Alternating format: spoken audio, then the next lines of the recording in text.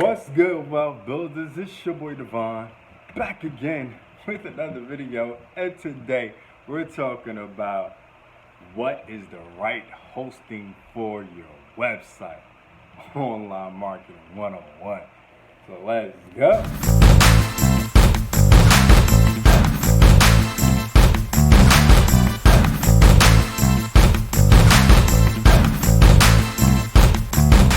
Okay, real quick, make sure you subscribe to the channel because we talk about making more money, saving more money, and building a better you and business.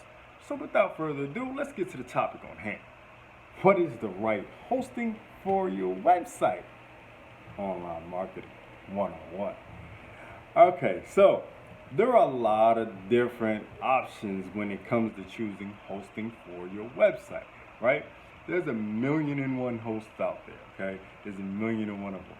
You can go with HostGator, you can go with Bluehost, you can go with, I don't know.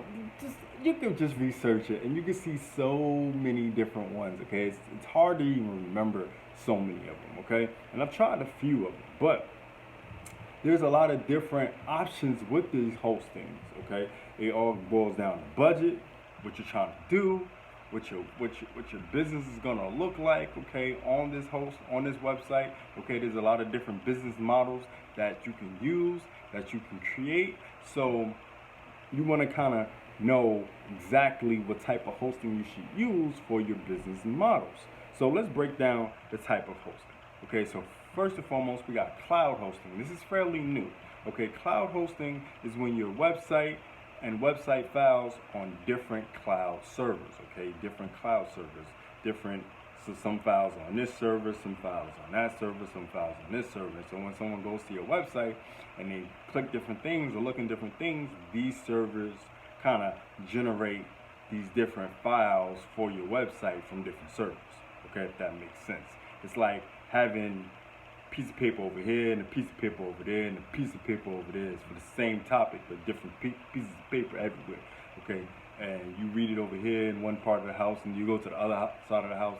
That's what kind of like a cloud server is, okay? You're everywhere, okay? You're everywhere. All right, now there's managed WordPress hosting, which is like having a dedicated server but all technical aspects are handled for you. Okay, they will charge you more for this service and you won't have the freedom to use all the plugins that you want to use. So say like if you want to use a certain plugin, they might deny it because it might have something faulty with it and might damage somebody else's WordPress, okay? They want to keep it clean. They want everything to be clean because it's all virtual and they want to host it properly. Okay, so it's very limited, but it'll cost you more in the long run. Next up, we have dedicated servers. Now, you're given sole use of a physical server. We're talking about a computer here, okay? Like a PC. This is yours, okay? All of the processing power and memory are yours to use as you want. This is the most high cost type of hosting you could think of. And it's very productive if you have a very robust website, or if you have a website that is something for money or banking. People are going to put their bank information in. You want to make sure that it's on its own server. You don't want to share a server with someone else for this type of financial information, this type of sensitive information, because someone can hack it if you are on, one of those shared servers. But we'll get into that, all right, as we go along. Next up, we got the virtual private server. It's almost like a dedicated server. This still has, though, many websites on one PC, but you get a dedicated portion of the processing power and memory.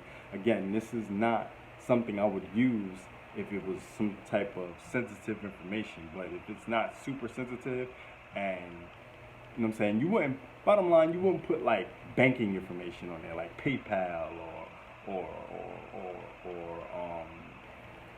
Bank of America or Wells Fargo or anything like that. They are set up on their own servers, okay, because this information is so sensitive, Okay, you want it to be protected as best as possible.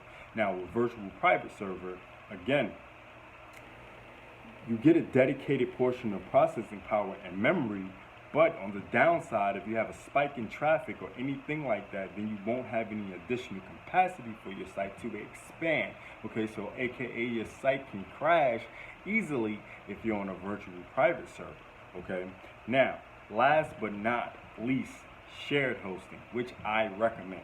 Okay, it's a lot of different options when it comes down to what hosting package you can get and what type, but the ultimate question is what is right for you and your online business. Okay, now shared hosting is good for the small guy. Okay, if you're starting out and know for a fact you're not gonna need a lot of bandwidth or a lot of not bandwidth, how could I say, a lot of space, a lot of files and things like that, okay, for your website straight off, I would go with shared hosting. Okay, so if you're just starting out a blog, if you're just starting out a small e-commerce site, you want to go with shared hosting. Okay, with the shared hosting, each physical server is used to serve many different sites. Okay, so you could be on there with another blog, another whole bunch of different sites. Okay, depending on the hosting site, the hosting accounts, okay, and the hosting company. It all depends. Now, this is what keeps your costs low. So remember, you can always upgrade your server package as you see that your business or website or e-commerce business, whatever it is, grows and needs to expand. Maybe you're getting too many visitors. Maybe you're working with sensitive information and you need a dedicated server and dedicated place for your website to be without any other website on it, because you don't want it to be hacked. You don't want any problems or anything like that. Then you just go to your hosting company and you contact them and let them know this is what you want to switch to. They'll break down the price for you and boom, bada boom, bada bang. But like I said, if you're just starting out and you're just trying to figure out what you're going to do with your website, you want to start small. You want to start financially convenient, and in my opinion, shared hosting is the way to go.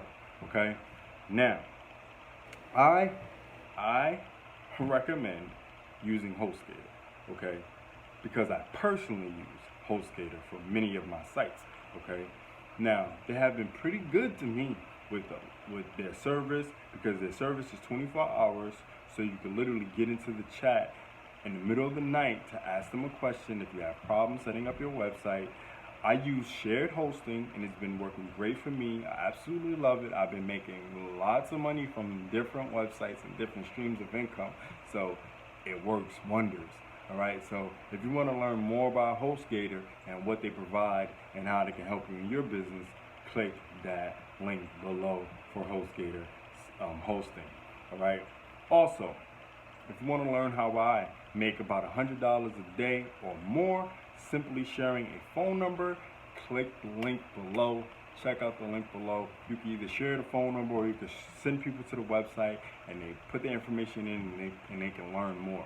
Okay, it's very simple, very easy. You can make $100 a day or more doing this, so I advise you to take heed and check it out.